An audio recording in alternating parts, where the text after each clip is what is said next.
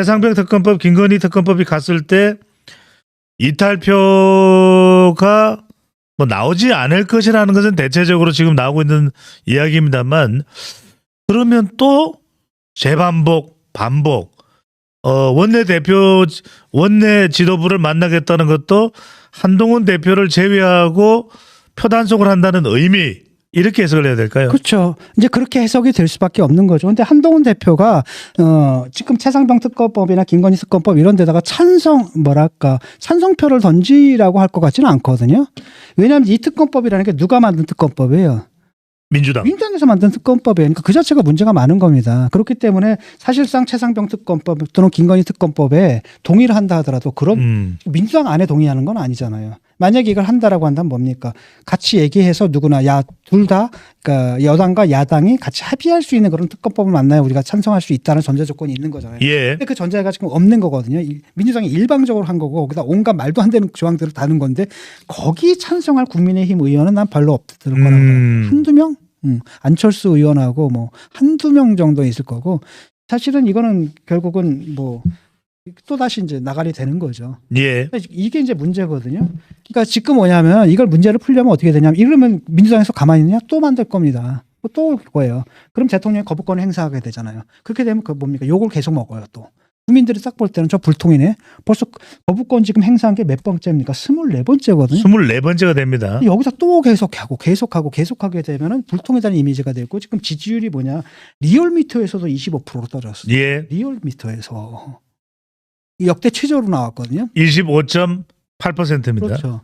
대통령실에서는 뭐라고 생각하냐면 우리가 말이야 의정 갈등 이거 뭡니까 의료개혁도 완수해내고 뭐 좀 하고 뭐 테코 원전 어쩌고 저쩌고 이렇게 되면 오를 거야. 택도 없는 소리입니다. 지금 2년 반 동안 일해왔거든요. 이 부정적인 인식이 여기 쫙 돼 있는 거예요. 예. 이거는 논리적 설득이 안 되는 겁니다. 대통령이 객관적으로 잘하고 논리적으로 잘한다 하더라도 이 부정적 감정은 떨칠 수가 없는 겁니다. 왜? 분노에 있거든. 국민들이 분노했는데 분노를 풀어줘야 되는데 맨날 그 분노를 갖다 더 가중시키거든요. 너 더 자극해. 더 열받게 만들어. 계속. 이런 식이라는 거죠. 그 다음에 뭐냐. 국민들이 무식해서 모르는 거야. 사실은 내가 이거 하는 거고 니들이 무식해서 모르는 거고 내가 나중에 결과로 보여줄게 뭐 이런 태도거든요. 그럼 국민들 볼 때 얼마나 황당한 겁니까? 국민들 눈에는 대통령이 자기들보다 못하다고 보거든요. 국민 평균 수준보다 못하다고 보여요. 솔직히 말하면. 그런데 앉아가지고 지가 뭐라 무슨 역사적 선구자나 되는 것처럼 이런 식의 코스플레이를 한다라고 하는 그 자체가 짜증나는 거거든요. 예. 그러니까 제발 좀 가만히만 있어. 지금 제발 좀 그냥. 임기나 체보다 가. 지금 거의 이런 상태인데 뭐 하겠다 이러는데 이게 이제 부정적인 걸로 이렇게 돼 있는 겁니다. 그래서 이러면 이럴수록 부정적 감정은 더 심해진다라는 거예요. 아하. 그러면 이게 매듭을 져야 되거든요. 매듭을 지으려면 어떻게 되냐. 국민들을 이걸 풀어줘야 되거든요. 예. 문제는 뭐냐. 그럼 그 여당 대표한테 줘야 돼요. 야당하고 교섭할 수 있는 여지를 줘야 되는 거거든요. 예. 그러니까 최상병 통과시키자. 하지만은 그러니까 야당에서 말하는 독소 조항은 제거하고 제대로 된 특검법을 갖다 만들어서 한번 협상을 해보겠습니다. 그럼 그렇게 해라라고 얘기를 해줘야 되죠.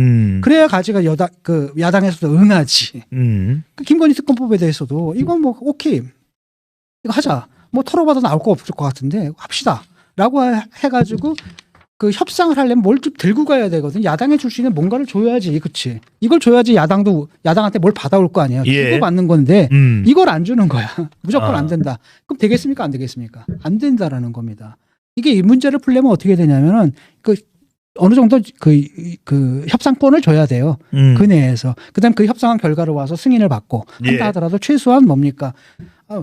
특검법 자체에 반대한다 이런 태도 가지고는 안 되는 거거든요. 받되 일단 그것이 뭡니까? 남용의 소지가 있잖아요. 남용의 소지가 있고 악용의 소지가 있는 그런 독소 조항들은 제거하는 쪽으로 한번 협상을 해봐라. 이렇게 줘야 되거든요. 이걸 안 주는 거야. 김건희만 나오고 그냥 완전히 그러니까 대통령이 말이죠. 국민을 지키는 게 대통령의 헌법적 의무지. 마누라 지키는 게 대통령의 의무입니까? 그러려면은 대통령이 되면 안 되는 거거든요. 그냥 좋은 남편으로 남아야지. 공무란 말이죠. 근데 지금은 뭐 대한민국 전체가 김건희.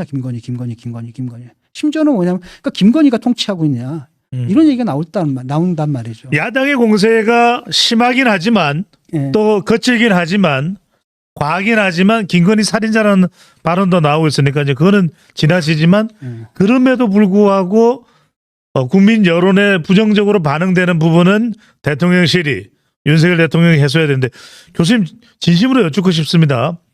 민주당 출신의 정대철 헌정회장도 지금 김건희 여사와 관련된 조선일보 인터뷰로 조언을 할 정도인데 김 교수님의 조언 해법은 뭘까요? 국민들이 요구하는 바를 들어주면 돼요. 그러니까 풀리거든. 대통령 지지율은 거기서 나오는 겁니다. 지금 뭐냐면 다 열받아 있거든요. 예. 일단 김건희 여사한테 열받아 있어요. 근데 그거 하나 처리 못하면 대통령한테도 열받아 있는 겁니다. 그 다음에 또 하나는 뭐냐. 바로 그 문제 때문에 국정의 모든 것을 꼬이게 하는 대통령실에 대한 열받음이 있는 거거든요. 분노가 있는 거거든요. 그런 분노가 있기 때문에 민주당에서 뭔 얘기도 할 수 있는 겁니까? 탄핵 얘기도 하는 거예요. 그게 그런 게 나올 수 없게끔 해야 되는데 그럼 왜 그러냐라고 했을 때 누구죠? 누구죠? 김재원 최고. 김재원 최고위원입니다. 사과하면은 계속 이런 식의 사과하면 안 된다. 사과하면 안 된다. 민주당이 계속해서 더 많은 것을 요구할 것이다라고 해석을 합니다. 사과 안 하면 요구 안 합니까? 하잖아요. 빨리 끊어요. 그러니까 민주당이 중요한 게 아니라니까 국민들이 중요한 거거든요. 그 판단은 누가 하냐? 민주당이 판단하는 거 아니에요. 민주당은 사과를 하든 말든 계속 요구를 할 거라는 겁니다. 근데 문제는 뭐냐? 국민들이 딱 보고 민주당을 향해가지고 이제 그만해라. 이런 분위기가 되게 만들어야 되는 거거든요. 근데 앉아가지고 민주당만 보는 거야. 뭘 봐야 돼요? 국민을 봐야 되거든. 그러니까 아무리 국민들이 동의하지 않는데 민주당에서 공격할 수 있습니까? 안 합니다. 못 합니다. 지들도 눈치 보거든요. 그런데 가지고 민주당만 보는 겁니다. 맞죠? 그 말은 맞죠. 사과하게 되면 민주당 가만히 있냐? 아니면 더한 걸 요구할 거라는 거죠. 근데 문제는 뭐냐? 거기에 국민들이 호응하지 않는다라는 거예요. 그럼 지들도 몇 번 하자. 아니네. 이렇게 만들어야 되는데 앉아가지고 그때 그러니까 이런 식으로 잘못 조언하는 사람들이 지금 당에 있는 거예요. 최고위원회도 있고 당의 주주가 되고 있고. 그다음 이 사람들 다 여사님과 이해가지고 말이죠. 이해 공동체가 돼버려가지고 지금 뭐 건드리 터치할 수 없는 영역이 돼버린 겁니다. 지금 이게. 그러니까 이러니까 모든 게 다 꼬이는 거거든요. 이것 때문에 지금 지금 한국이 지금 위기에 처해 있는데 우리가 뭐 최정점 달리다가 이 위기에 있거든요. 예. 중국은 바짝 추격해 오지 뭐 등등등등등. 삼성 요즘 또 뭐 삐걱거리잖아요. 등등. 예. 이렇게 되는데 이런 상태 속에서 앉아가지고 우리가 지금 맨날 논의하는 건 그놈의 김건희 명품뱀 도이치 주가 조작. 그것도 뭡니까? 언제적 사건, 십몇 년 전의 사건이고, 그렇잖아요. 대통령 만나기도 전에 있었던 사건인데, 그거 예. 가지고 좀 이런다는 게 말이 되냔 말이죠. 사건을 왜 이렇게 꼬이게 만드냔 말이에요. 저는 이게 이해가 안 가요. 민주당의 요구를 받아들일서가 아닙니다. 국민들의 부정적인 의혹을 해소하고 윤석열 대통령의 국정 운영이 더 단단하게, 튼튼하게, 또 엄중한 시기에 대한민국의 위상에 흔들림이 없도록 하기 위해서 이것이 필요하다는 이야기입니다. 한 말씀 더 해주신다면요. 특히 이제 아마 그걸 볼 거예요. 이번에 그 보궐선거를 볼 겁니다. 여기서 만약에 이제 강화나 또 저쪽 금정에서 부산 금정입니다. 하나라도 이러면 이제 바로 공격이 들어올 겁니다. 아하. 그다음에 또 다른 한편은 뭡니까? 그 얘기를 지금 퍼뜨리고 있잖아요. 한동훈 자진 사퇴설 막 퍼뜨리고 있거든요. 절대 자진 사퇴해서는 안 됩니다. 쫓겨나야 돼요. 대안이 없거든요. 그쪽에는. 네. 국힘엔 대안이 없습니다. 한동훈 의원은 대안이 없기 때문에 어떻게 되든 간에 결국은 그거를 깨닫게 되는 순간에 내가 나오는 게 맞다. 그러니까 저 사람한테 대안이 없다는 거 깨닫고 전권을 주는 상태에서 나가는 게 맞지. 지금 보세요. 지금 비대위도 그렇고 이번에도 그렇고 이런 사태가 이제 이런 사태에 빠질 것 같아가지고 내가 했던 얘기거든요. 근데 네. 지금 상황은 달라진 게 없거든요. 제가 볼 때는 대안은 없어요. 그 동네 대안은 없기 때문에 이번에 어쨌든 그 선거 잘 치르고 그다음에 또 다른 한편은 뭐가 있습니까? 저희가 남아 있잖아요. 그 선거가 남아 있거든요.